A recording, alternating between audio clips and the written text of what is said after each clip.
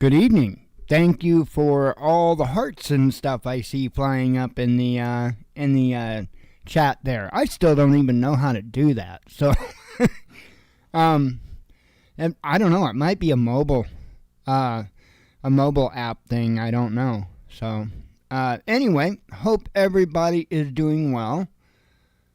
Been another interesting day in the news. I've spent quite a bit of time outside today, doing the super secret squirrel beta testing, and I can't wait. I can't wait to be able to talk to you guys about it. That thing's incredible. Just absolutely incredible, mind blowing. Anyway, I can't go into any details. It's just really, really cool. I've been testing a feature that, well, I can't go into details, but it is really neat. Really, really neat. Anyway, I know I suck. I can't help it. Soon, hopefully soon, I will be able to not just give detail, but give you guys some videos and stuff like that. So, anyway, trying to think of anything. There was a shooting this morning. I'm sure that many of you are probably aware of that. Louisville, Kentucky. And happened at, I think it was Old National Bank, I think was the name. I could be mistaken. It was a bank. It was, I don't know if he was a current or a former employee, but his LinkedIn made sure to state his pronouns. Just kind of wanted to put that out there. I don't know. I haven't looked back into it. Supposedly it was an AR-15 style weapon. Last I heard, they didn't know anything as to whether it was legally purchased or what the deal with that. They may have that information now, but the last I checked, they didn't have it. Howdy, Bonnie and Hexafoos. Howdy, guys. Hard for me to see that screen because it's a little bit sideways. So, if I get my goal of getting VR for Flight Sim, these damn monitors are going back to the way they were in the pyramid shape because I don't like this, not even for a second. I like it the other way, but for Flight Sim, it is kind of cool to put it on these three monitors, especially since I don't have VR. It is kind of cool to put it on three monitors and go flying that way, but anyway, I don't have a lot of details. That it seems that the powers that be are getting pretty swift in their deleting of social media accounts and basically hiding any and all information they can on the individuals that perpetrate these attacks. That's like with the shooting in Nashville. They held off for a long time, and I think largely because they had no idea how they were even going to begin to spend that one. So at some point, I figure they just felt they were going to have to release the info regardless. And who knows? Maybe the info started to get out other ways. Just people in the know. And so they figured they better just go ahead and make it known. From my understanding, a lot of this person's accounts were wiped before even websites like Heavy could garner a lot of information from them. So, not entirely a bunch of stuff out there. Last I read on this guy, quiet. People say that he's really not the type that they think would do something like this. No prior issues with the law. I don't know of anything in all honesty, that really stands out about the guy that I have read about. I have no idea. If he was on any type of medication. Don't know any of the details like that. Again, I don't even know what his current status at the bank was. I don't know if he was a former employee, if he still worked there.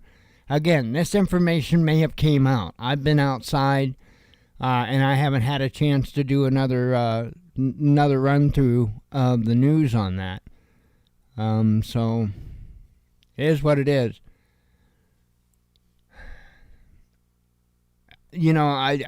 I'm pretty sure this is probably going to be work related. Oh, he linked some Reddit posts. Okay. Let's see.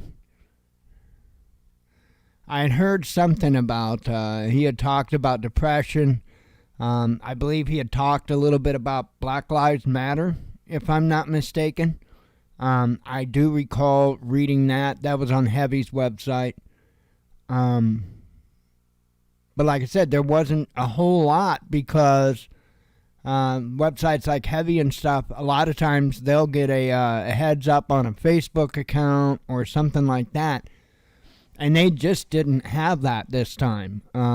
A lot of the stuff that this guy had, I guess they already had shut down before anybody could get it. So, pardon me, there was some information out there, but I think it was kind of limited what was still left out there. I don't know, one thing's for certain, we know what political aisle he was on. But I don't want to make everything on this planet about politics because some things aren't. And this shooting may not have a damn thing to do with politics, or it could be such on the fringe of it that it's not, maybe the guy was just let go. Maybe the guy was just reprimanded. I mean, we don't, at least I don't know if any of that information's come out. Don't know. I mean, that's something a lot of times that'll happen if an employee is let go, or who knows. I'm sure in time all the information will come out. It's sad. Mental illness. What can I say? Whether it's what's her name in Nashville, whether it's this guy in Louisville, mental illness. It's not the guns. It's not the gun laws. It's mental illness. And we're at a point currently in our nation to where we don't have a good grasp on foundation and problem solving, and we certainly aren't encouraging that with these individuals. So again, this particular event may not have anything to do whatsoever with politics. It could have just been over his employment or lack thereof, or what have you. Maybe he was getting laid off. I mean, y'all know that the economy's not doing so hot. So I would be a little bit far, though, to do that simply over being laid off, because other than that, I just saw kind of typical stuff. I don't have a ton of tabs open. 7 it looks like here. Pardon me. And this first one, I titled the video or the show tonight after it. This is a doozy.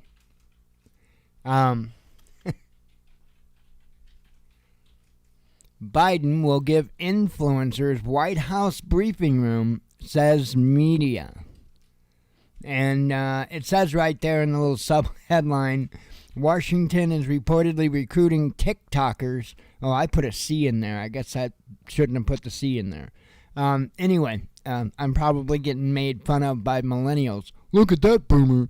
Anyway, recruiting TikTokers for the president's re-election campaign while working to ban their app. Yeah, I mean, this is the this is the sad reality of our society. Okay? When when we can't even, figure out that we're feeding into our own demise. I won't do it. I'll be damned if I let somebody talk me off the cliff. Bullshit, right? I'm not going to necessarily stop them from going off the cliff because a lot of the times they'll turn around and grab you and pull you with them. So, nah, I'll let them go off the cliff as much as they want. But that nonsense stops in my home or what have you. I mean, you know what I mean? I mean, I make my own decisions when it comes to morals, when it comes to what I want to do and don't do. Or, I mean, I don't get the lack of foresight. It's just like they live so for the moment. I'm trying to find the right words. They live so for the moment that I don't even think that some of them can see a couple of days ahead. That's how much in the moment they live. And I've been there, not for a long period of time, but I certainly lived a part of my life to where it was just all about that moment. But I wound up, actually probably did that 2 or 3 times in my life, to be honest. And it never ended well. Never ended well. That's why anymore I sit there, before I make a decision to do anything, I will sit there and think it through and through and through. Because I am tired of making dumbass mistakes. So, is what it is. Anyway, as per the article, U.S. President Joe Biden is amassing an army of youthful influencers to sell the country's oldest ever president to the young voters who are crucial to Democrats' success in elections, Axios reported on Sunday.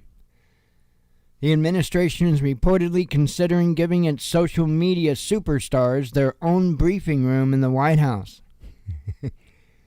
The White House has linked up with hundreds of content creators willing to throw their online influence behind Biden's campaign, according to the news outlet, including 20-year-old New York University News TikToker Harry Sisson, have no idea, finance TikToker Vivian Tu, and Boston College professor Heather Cox Richardson, whose preferred platforms are Twitter and Substack.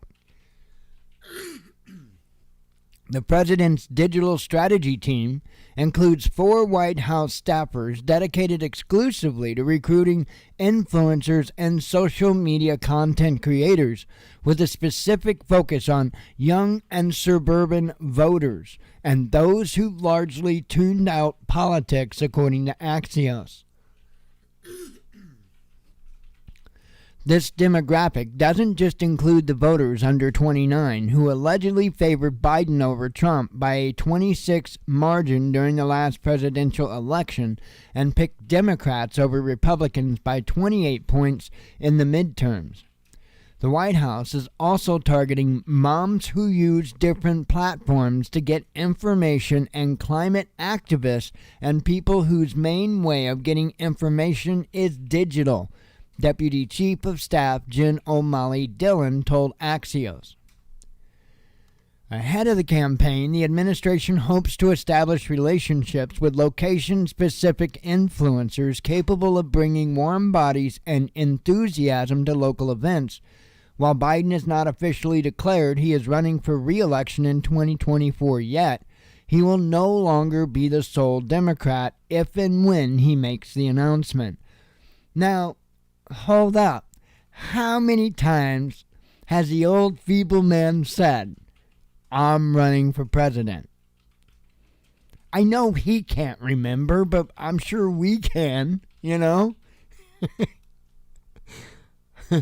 While the media establishment has largely written lawyer Robert F. Kennedy Jr. and author Marianne Williamson off as unserious candidates for their opposition to some of Washington's most powerful lobbies, some believe the growing list of challengers must worry White House staffers already concerned about their candidates' lack of support among the party faithful.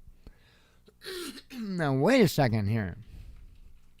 You trying to tell me, and it could be correct, I wouldn't be the person to know, but are they honestly, though, trying to convince me that Robert Kennedy Jr. has no chance against Biden in the primaries? I could be totally off my rocker, but I'm pretty sure they're out of their damn minds. Because there isn't a whole lot of the left that is very appreciative of Biden. Not a whole lot. I'm pretty sure they would be more than happy to have a suitable replacement. And I don't know. If it's gonna be Democrat, I'd rather it be Robert Kennedy Jr. Just my opinion. I mean, other than what? Kamala Toe and Feeble Joe? Nah.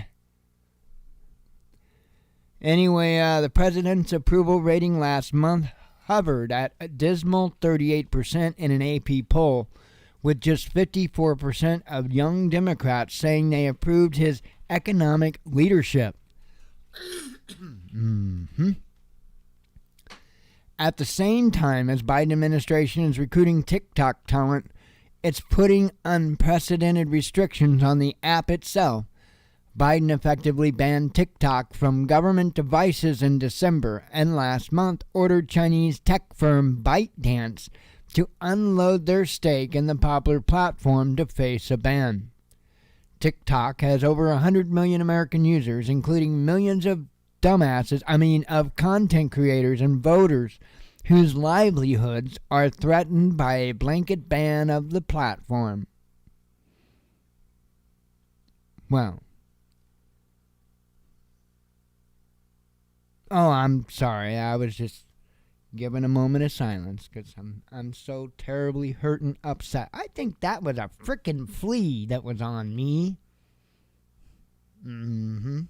Pretty sure. Gonna have to get the granules out in the yard. I got some granules to put out there. Be the end of fleas. Alright. Believe it or not, there's perks to have done pest control for 3.5 years.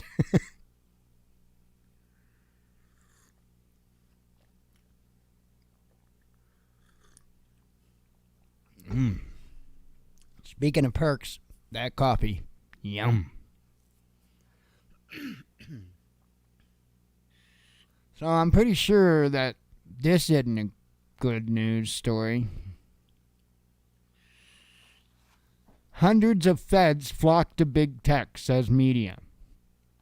Four of the largest social media platforms in the U.S. are reinforcing the ties between big tech and Big Brother, hiring 248 ex-government employees according to a Daily Caller investigation into hiring practices at Google, Twitter, Meta, and TikTok.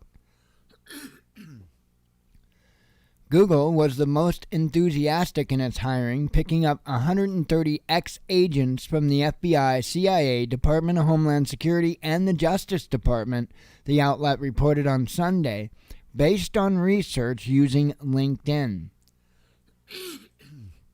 I don't know about you. That doesn't make me feel warm and fuzzy.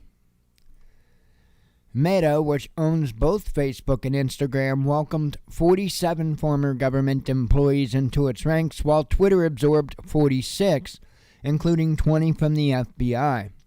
TikTok took in 25 ex-feds despite the Biden administration's recent ban on using the app on any government device.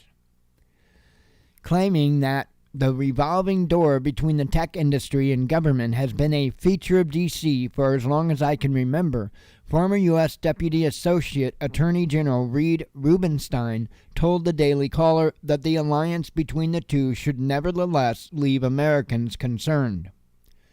The integration of big tech and the national security state, really, it's dystopian, it's terrifying. They have enough data to show that power, which is immense, will be abused, he said, warning that right now there is no effective check on it. Long suspected by researchers, the cozy relationship between big tech and Big Brother was exposed last year in Missouri versus Biden, which revealed that representatives of no fewer than 12 U.S. government agencies were regularly meeting with the major platforms to craft desired narratives and silence others. The extent of this relationship was further confirmed with the release of internal communications from Twitter following Elon Musk's acquisition of the platform. And what was done about that, by the way, and that is a clear, I mean, there's no mistaking it, that is a clear, direct violation of the First Amendment. That is the true violation of it. There's a lot of people that out there running their mouth about, oh, I've got the First Amendment. Right, you do have First Amendment rights with the government, not with me, not with anybody else, not with private industry. With the government, you do have First Amendment rights. This was violated in this instance. And what's been done? Nothing. I don't know what else we need. I mean, this is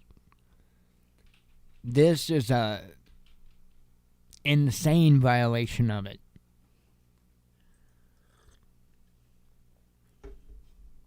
Let's see. A lot of the censorship of conservative accounts on social media coincided with an uptick in hiring of former FBI employees across big tech starting in 2018, agency whistleblower Steve Friend told the Daily Caller. Last year, Justice Department whistleblowers revealed that Facebook was reporting users to the FBI for merely posting content critical of the government, forwarding users' private conversations to the agency in alleged violation of the First Amendment and without probable cause. These leads were then used by the FBI to legally obtain access to the conversations already in their possession and launch nuisance investigations against law-abiding citizens, the whistleblowers said. That pretty much says it all right there. And nada has been done. And nothing will be done. It is, it's insane. It is insane.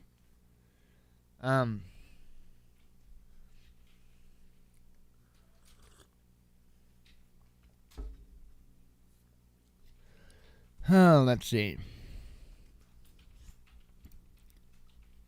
Oops. U.S. ends pandemic emergency. It's about time, isn't it? I'm not even going to read the article. It's over. So you all can rest easy now. I know every single one of you have still been wearing your masks in your cars and I know that most of you, at least, have still been wearing your masks at home when your other family members are there. I know you guys have been really, really good about it, and it's okay now. You can. It's official. You don't have to wear the mask anymore. So, you're welcome. I know you.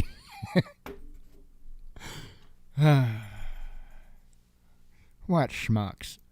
Anyway, this is about that shooting here. Let me refresh this, and this could have updated information than from what I last heard. Gunmen killed at least 4 people and injured 8 others in a shooting in downtown Louisville, Kentucky on Monday. The shooter opened fire on a bank before being killed on the scene. The Louisville Metro Police Department said that its officers responded to an active aggressor at a bank near the iconic Slugger Field baseball stadium on Monday morning. Speaking at a press conference after the incident, LMPD Deputy Chief Paul Humphrey said that at least 4 people were killed in the shooting and 8 others were injured. A police spokesman initially said that 5 people had been killed in the shooting before the number was revised down to 4. 2 police officers were among the wounded, Humphrey said. The suspect was still firing when officers arrived on the scene, Humphrey said. The suspect died in a shootout with police. The deputy chief continued, adding that the department is still investigating whether an officer killed him or if he took his own life. Humphrey described the shooter as a lone gunman who did have a connection to the bank. Of course, Kentucky Governor Andy Beshear offered condolences to the victims and their families, telling reporters that 2 of his close friends were killed in the shooting, while a 3rd was injured. And I think he claims to have known 2 people that was, I want to say in the Nashville incident. I'm not positive, but when he was doing the press conference, he was doing everything he could. In fact, I had to turn it off. I turned it off. I couldn't listen to it because all he was trying to do was pull on people's heartstrings. It was all about gun control. It's just insane. It's sickening. It is sickening. You know, here's a little factoid. Right? Here's a little factoid. Like an hour or so, loosely there, before this dude shot people that he worked with, his dad tweeted something to the effect of mocking politicians for being weak to do anything, too weak to do anything about gun control. And it's like, okay now, jackass. Was it the gun, or was it your son? Let us know, because I'm pretty sure it was your son. Again, I don't know if it's came out yet as to where he got the gun, whether it was legally obtained. Apparently, at least his parents were anti-gun. You know, I don't know if he lived with them or if he lived by himself, or I don't know why, but I kind of had the impression that he lived with mommy and daddy. I could be wrong. I could be totally wrong. That is just an impression I got. I don't think I read anything that made that statement. So, want to make that very clear. For some reason, though, I had that feeling. Let's see. Oh, yeah. U.S. Department of Justice opens Pentagon leaks investigation. Yeah. This apparently is an extremely big deal. And I have a feeling that we're not done seeing it yet. I think this is just the beginning when it comes to leaks and stuff. You have a really polarized nation, a really polarized world.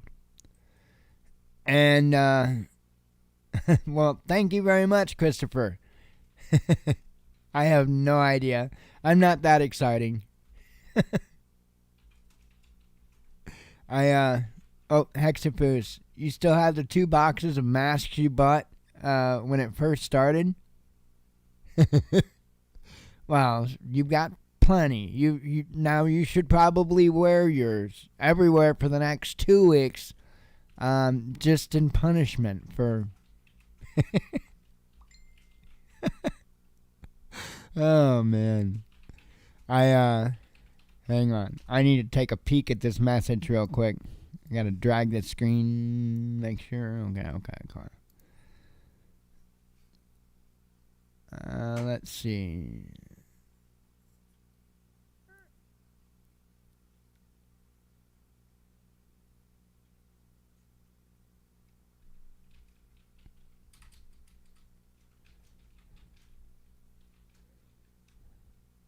Oh, sweet. Yeah, super secret squirrel stuff. So, sorry I can't share, but it was kind of something that I wanted to make sure I read in time, just in case I really needed to reply right back that right second. So, it's all good though. Actually, pretty awesome. So where was I? Hell, I don't even remember where I was. But I will say that expect to see a lot more of this stuff happening because of the polarized world, the polarized nation.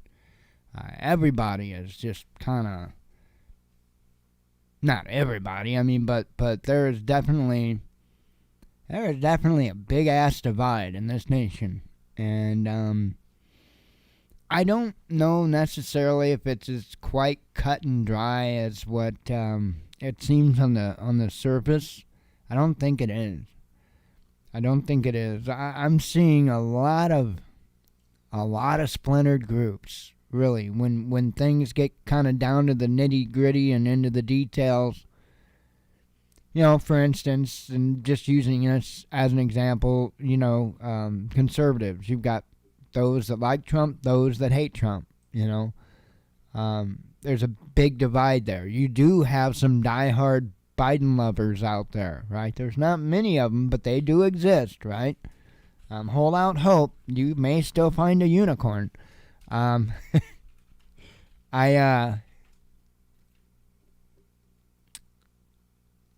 don't know. I don't know where this came from. I have no idea where this would have came from. If it was inside the Pentagon itself, if it's, I don't know. Gonna be interesting to watch. Do I think we'll be told anything remotely close to the truth of what's going on? Nah. But it is kind of fun watching them squirm.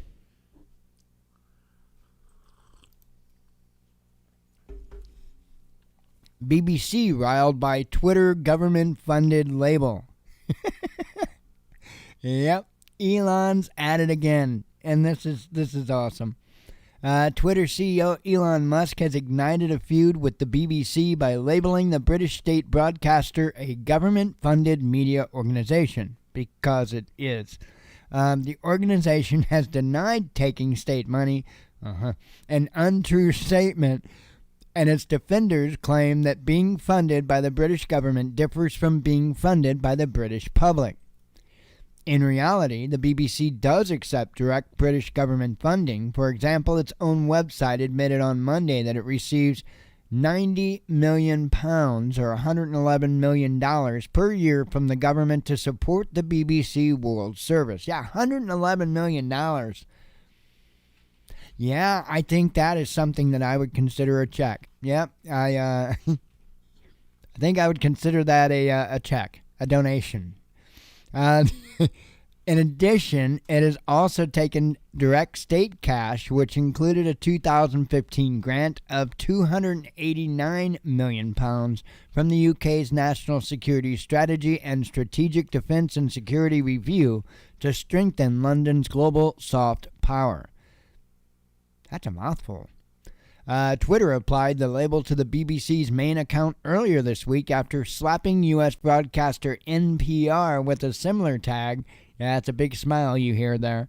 Describing it as U.S. state-affiliated media. While Twitter previously reserved such labels for foreign media outlets like RT and China's CGTN, Musk said that applying it to NPR seems accurate. I love it. I love it. I'm still, I'm never going to, I'm never going to be a naive follower of Elon Musk. But boy, he sure puts a smile on my face from time to time. Seems like a great guy, but I think he's got a few evil plans that I'm not really down with. So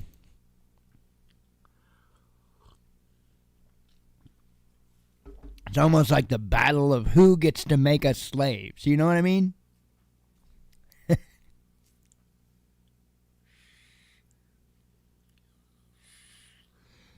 And the freaky part is that's probably kind of true.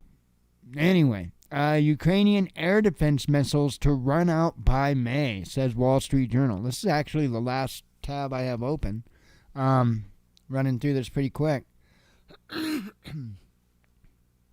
Right, that is true, Christopher. Yeah, just the opposite of anything they say, and you're golden. It's insane. It is absolutely insane anymore. Ow.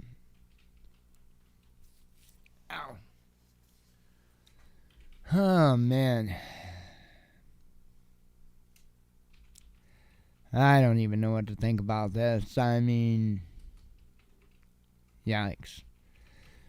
Ukraine will run out of most of its anti-air missiles by May, the Wall Street Journal reported on Monday, citing classified Pentagon documents leaked on social media. Facing the prospect of Russian air superiority, Kiev has been asking for more air defense systems from the West for months.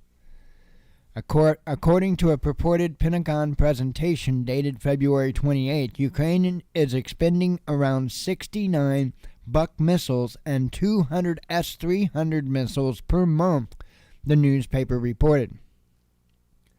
At this rate of fire, Kiev's forces will be out of Buck ammunition by the end of this week and will deplete its S-300 stockpile by May 3rd, it said. Sourcing missiles for these Soviet-built platforms is proving difficult for Kiev and its Western backers. In their place, Ukraine has received 3 German IRIS-T and 8 American NASAMS anti-air systems. However, these systems consume around 64 missiles per month, and their limited number cannot cover as much territory as Ukraine's S-300s, according to the document. To cover the shortfall, American military planners reportedly estimate that Ukraine needs 16 IRIS-T or NASAMS batteries and 12 Patriot or SAMP-T batteries. The U.S. President Joe Biden has authorized the deployment of 1 Patriot battery, while Germany has pledged another and France and Italy have promised 1 SAMP-T system. None of these have reached Ukraine yet, a Ukrainian military spokesman told the Wall Street Journal.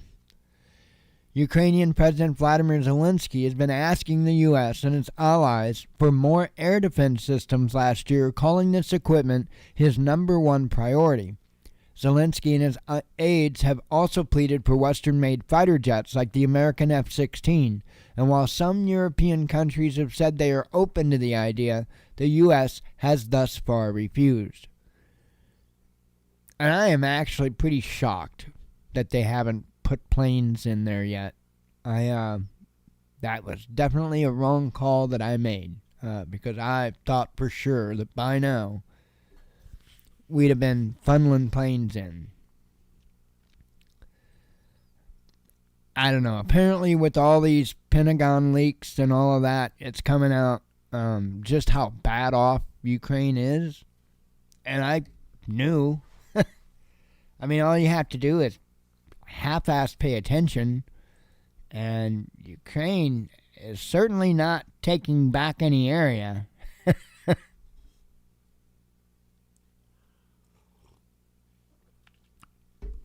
And it seemed, kind of quiet as of late. I don't know if either or both are gearing up for this spring offensive that everybody keeps talking about. I have a feeling there will be a Ukrainian spring offensive, and I have a feeling that the U.S. and other nations involved are going to pull out all the stops. I think that their intended goal will be to most certainly take back Crimea, as well as try to get the Donetsk and Lugansk regions back. For sure, Crimea. They really want that. That's an important piece to the puzzle there. I don't think it's going to go well for them. I think Putin's going to slap them right down. And I would say that if there is going to be a serious conflict to worry about here, that's when it would start.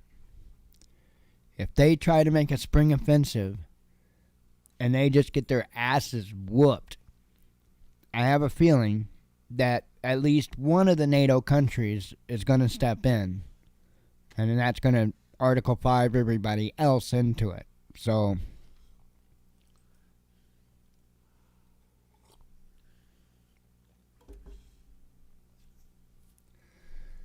I do got some headlines, not tons. It's like I say, it's been, I don't know, there's been news today, but for the most part, it's not really been super crazy stuff.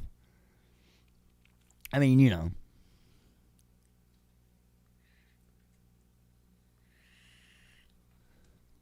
South American country looks to boost coffee exports to Russia. Imagine that. South American countries working with Russia and China. I'm sure there's nothing to see there. Fortunes of world's richest shrink, says Forbes. Yeah, they're all just trying to not have you trying to eat them. Let's see. U.S. pilots ordered to keep distance from Crimea, says Washington Post. I wonder why. Ukraine changing military plans after Pentagon leak, says CNN. Probably a good idea since, like, everything was kind of laid out there.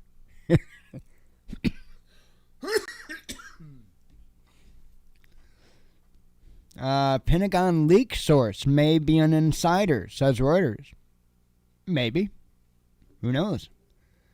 Germany fighting Russia from Ukrainian hands, says ambassador. Russia's FSB announces major cocaine bust. Let's see. Musk responds to criticism over Medvedev tweet. U.S. spying on Zelensky, says CNN. Would you think otherwise? We like spy on everybody. India and China to drive half of world's economic growth, says IMF. Germany to defy Olympic bosses over Russian athletes. Beijing explains goal of drills off Taiwan.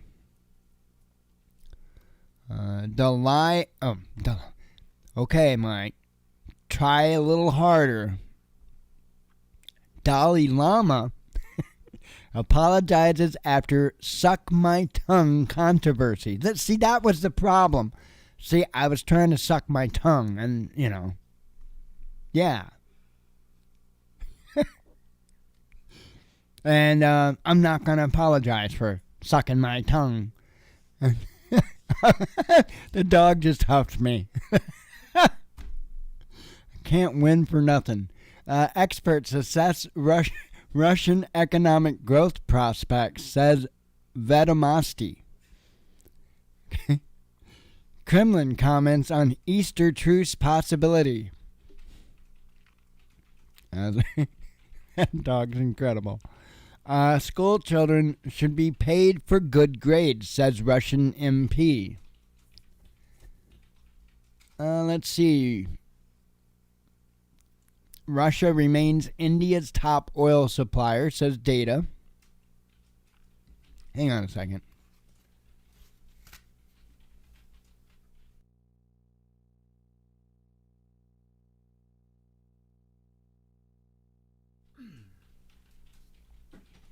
All right, much better. U.S. Senator warns Europeans over picking sides. Russian officials suggest lifting Twitter ban. And that's because Elon lifted their ban for their government. So, Swiss pharma exports to Russia surge. I have no idea why I struggled so hard with that. Germany hosts wife of Ukrainian neo-Nazi regiment commander, says media. Not surprised. Swedes and Finns asked Hungary not to ratify NATO membership, says senior MP. No magic date for counteroffensive, says Kiev security chief. Russia cuts oil production more than anticipated, says Bloomberg. Scientists caught in massive ashfall. Kremlin comments on Paris peace pitch. Musk gives Twitter sign a foul-mouthed makeover. And I'm sure they probably got a picture of the sign. I'm sure. Let's search that image with Google, and we'll see if Google will show it to us.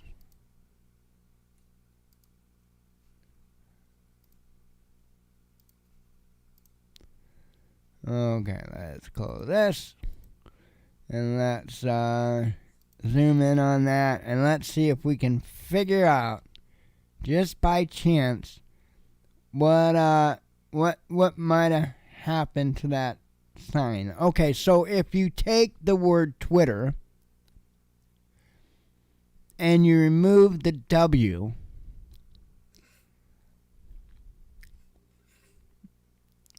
I took the whole Hooked on Phonics course. So, titter.